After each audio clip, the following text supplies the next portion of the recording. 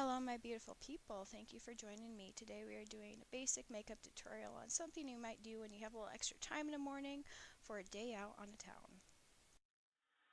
Before we touch our face, let's go ahead and wash our hands, so make sure they're nice and clean so we're not transferring any germs to our face.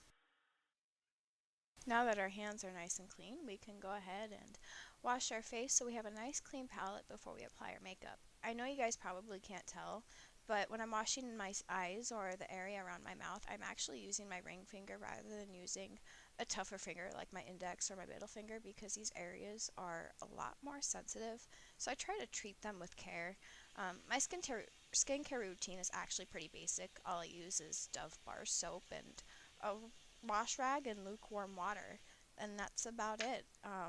The only other thing I can really say is I always pat my face dry rather than rubbing it, just to take extra good care of the soft skin.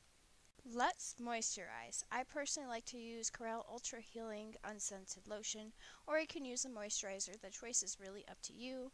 I just go ahead and put about a pea-sized amount on my fingers and put a few dots on my face and just rub it in with my ring finger so I'm nice and moisturized. And while this dries, I'm going to go ahead and do my hair. So lately I've been on a no heat gig with my hair to help restore it, and instead I've been doing more of a scrunch, naturally curly look.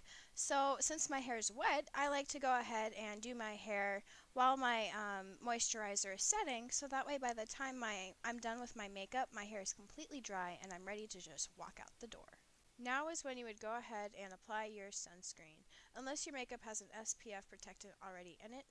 This is just an example. All you really need is an SPF 15 or so to protect your skin. After you apply your sunscreen, now is when you would go ahead and apply your primer. Personally, my makeup already has a primer made into it, so I don't need to use it. Time for foundation. Personally, I use Femme Couture Get Flawless 8-in-1 foundation. I absolutely love this stuff. It already has your primer and your SPF built into it, so it's a win-win. This stuff is amazing. It's just your classic ivory to match my very light fair skin tone. It's lasted me for quite a while. I'm actually fairly impressed with this product.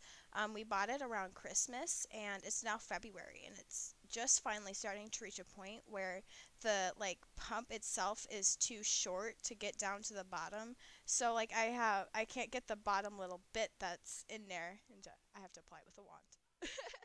So whenever you start your foundation, you should probably start it in the area that you think needs coverage most. So for me personally, that's my cheeks, because I absolutely hate my freckles. I just am self-conscious of them, so I like to cover those up right away and blend my way out from there using a gentle dabbing motion. I blend it all underneath my eye, around my jawline, and I just blend out any smudges or anything like that and make sure it's a nice even tone all the way around. I like to go ahead and make sure that the corners of my eyes are covered, but I make sure not to get the inside corner where your tear duct is. I like to blend it all along my jawline and up into my hairline, but I make sure not to actually touch the hairline itself, because I actually don't want any makeup in my hair.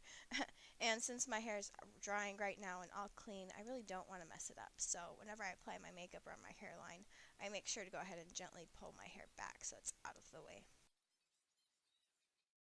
Time for concealer. Today I'm using Stay Covered by Real Colors Long Wear Concealer Crayon. I like this stuff. It's a really good quality product and it stays on all day long. Now the trick with concealer is to make sure it's 1 to 2 shades lighter than your natural skin tone, so that way it actually works. I only need a little bit of concealer, so I just apply underneath my eyes to help get rid of that morning look, that tired, sluggish look. And then I go ahead and use my e.l.f.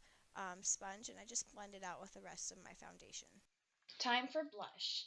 I absolutely love my retractable kabuki brush from Sam and Nick at Real Techniques. If you haven't invested in this brush, please do so. I got it from Kohl's for like 10 bucks. And this brush is absolutely perfect for travel because of the way that it closes. It always keeps its shape, and it's a natural contouring blush brush. For my blush, I'm using Palladino Matte Blush. It's Tipsy, and if you notice, it's actually quite a few shades darker than my natural skin tone, so it really doesn't take much of this to add a nice rosy effect to my cheeks. And all I basically do is kind of start in the center, so to speak, of my cheek, and I just blend it out. because it is a much darker pigment. I really don't apply very much. I just apply a little in the middle and rely on blending to help achieve that rosy effect look. And if you notice, it actually creates a nice line as I suck in my cheeks. I apply it just above my cheekbone, and I'm left with a natural contour with just my blush. Our eyes need just a little bit of love. So, first things first, eye primer. This is eye primer from Flawless Touch. If you've never used an eye primer, it helps to make sure that your eyeshadow stays on all day without smudging. You just apply a few drops on your eyelid, and then using the same applicator, go ahead and blend it out to make sure you have a nice even coat across. And then I like to go ahead and take my makeup sponge from e.l.f. And I like to use a very gentle, again, very gentle dabbing motion, and I blend it in with my foundation so that way it's nice and even. Time for some eyeshadow. I got this All Natural palette at Walmart of all places, and I absolutely fell in love with it from the start. It's the perfect brown palette to go with my blue eyes to help bring out the color. And the pigment quality itself of this product is just amazing. For our base color, we're using a fourth color inward. It's a nice golden tone. Personally, I love the way that it contrasts with my dark blue eyes, and it just helps to really make them pop. So for this, I always like to start from the inward corner of my eye, and I like to blend my way out from there. It just helps to ensure that I have a nice even tone all the way across. Let's add a touch of highlight. Using the very first color, we're going to go ahead and tap our brush to make sure we don't get any fallout on our face. And we're going to go ahead and apply our highlighter in the very corner of our eye and upward onto our crease. We're really not trying to get our base, the base of our eyelid so much. We're really trying to concentrate this highlight somewhat on a corner, but mostly from the corner onward up onto your crease. This just helps to open up your eyes and make them wider and bigger. Next, using the 7th and 8th colors, we're going to go ahead and mix them in, I would say, equal amounts on our brush. By doing this, I just flip my brush over and over and go ahead and mix them and tap it to make sure there's no fallout. And I like to start from the middle of my eyelid on a crease and blend it downward onto the corner of my eye. This just creates a line on my crease. And then from there, I like to go ahead and use what's left over on that crease and blend it downward onto my eyelid. I'm really not applying any more eyeshadow from what was on my crease. Instead, I'm just blending it downward because for this look, I really don't want it to be a heavy, smoky eye. So, as you can tell, I just messed up right there. If this ever happens to you, just take a soft towel and go ahead and just gently wipe it off.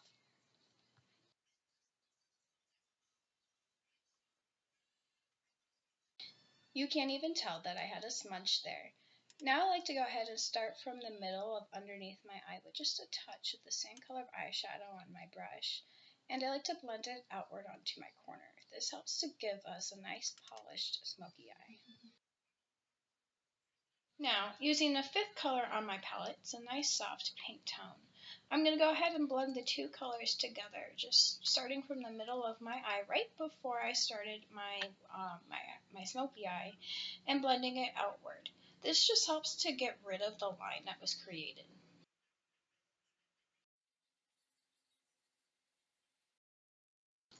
Our eyes could use a bit of transition. So we're going to go ahead and use the 3rd color on our All Natural color palette and apply it just above our eyelid crease to help create a transition between a smoky eye and our natural skin tone. And then we're going to go ahead and just keep blending that with what we already have. The smoky eye is all about the art of blending, so don't be afraid to blend those colors together. Finally, let's add a bit of highlight. Using the first color on our color palette, we're going to apply this at the top of our eyelid, just underneath our eyebrow. Not only does this help to define the eyebrow shape, but it also helps to create a more in-depth smoky eye. I like to go ahead and blend this entirely with what is underneath as well. This just helps to create a nice natural look because we really don't want it to be too heavy since it's just for a day out. Our eyebrows could use just a little bit of love, so I'm going to use the e.l.f. contouring palette. It's been quite used. I absolutely love this palette. But there's just a little bit left of the darker contour to make the perfect eyebrow shadow. Some people use a gel. Personally, I like to use a mineral powder because it's not as heavy and it just creates a more natural look, because I personally don't like my eyebrows to be as defined. So I just like to go ahead and apply a little on my brush, and then I literally follow my eyebrow shape and just brush it through my eyebrows. This helps to fill your eyebrows and give them a more defined shape.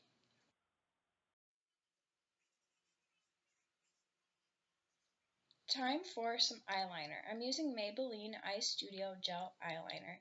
And I just recently started using a gel eyeliner and I fell in love with it instantly. Not only does it last a lot longer, but it doesn't smudge and it has a greater pigment than a pencil eyeliner.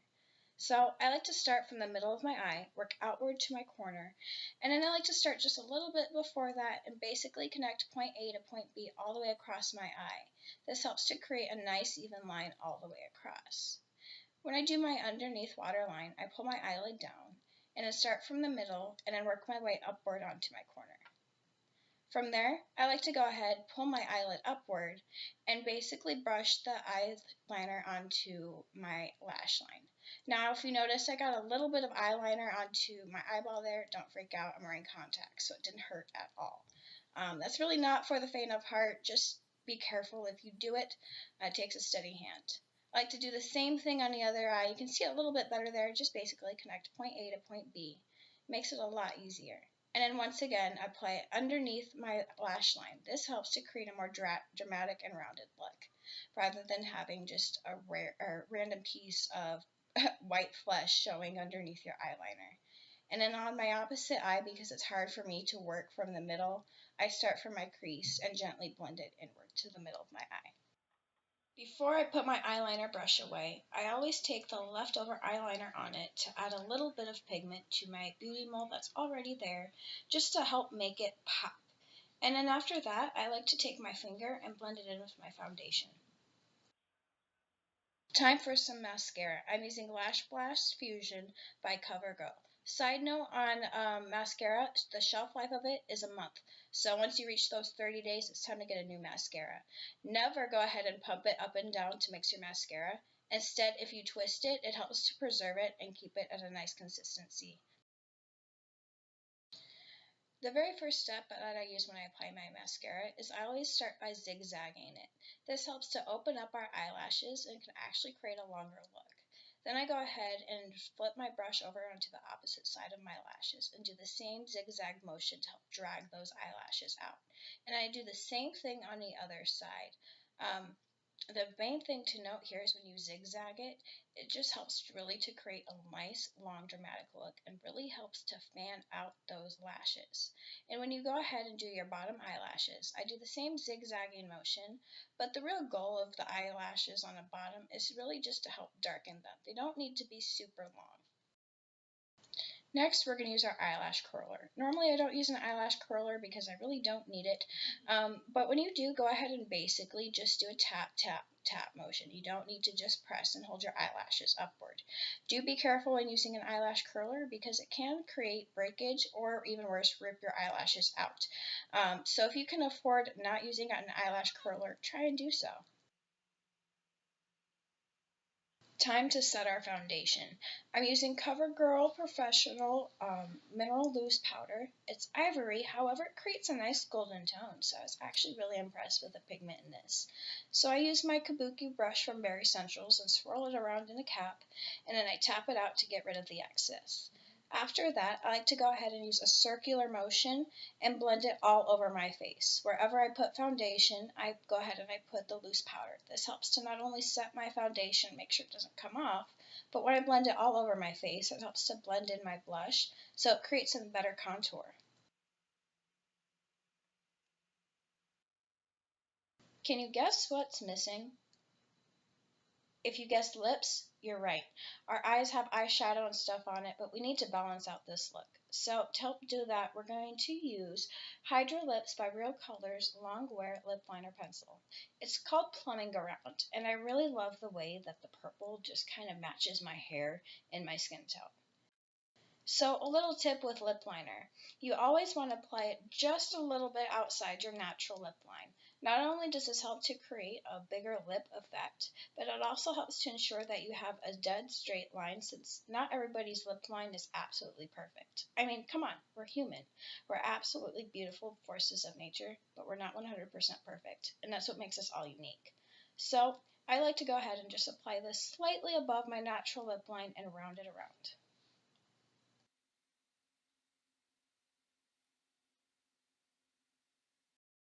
What's lip liner without lipstick?